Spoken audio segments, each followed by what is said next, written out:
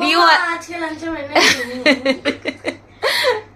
তো এদিকে আজকে রিওর পিপি সব রান্না করেছে আজকে লাঞ্চের মেনু। পিপি বলবে নাকি? আচ্ছা আমি বলে দিই দাঁড়াও।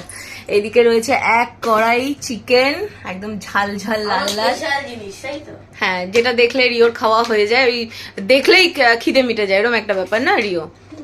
তার সাথে এদিকে আছে হচ্ছে মাছের কালিয়া, এখানে রয়েছে চাটনি, আমের চাটনি, পাঁপড় রয়েছে, আর এটার মধ্যে ডাল না দিদি? এর মধ্যে হচ্ছে আমের টক ডাল, আম দিয়ে টক ডাল রয়েছে। তার সাথে এখানে আলু ভাজা, পটল ভাজা আর বেগুন ভাজা।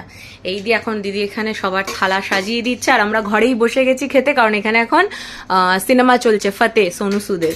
আর এই যে সব বাড়ির মেম্বাররা, আরেকজন শুধু একজনই বাদ আছে, সেটা হচ্ছে বাবু, মানে রিও নয়, রিওর দাদা, দিদির যে ছেলে সে। আর বাই দ্য ওয়ে এখানে কিন্তু এরা দুজন টুইন্স, মানে এই যে পাখি আর তার যে কো পার্টনার রয়েছে ধর পাখি, সে হচ্ছে বাবু, আমার ছোট ননদের টুইন্স রয়েছে।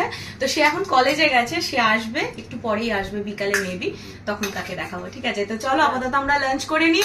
আমাদের লাঞ্চের মেনু তো বলেই দিলাম, অনেক কিছু রয়েছে আজকে, 5-6 রকম আইটেম দিয়ে খাওয়া। আর তোমাদের লাঞ্চের মেনু কি অবশ্যই কমেন্ট করে জানিও। চলো টাটা।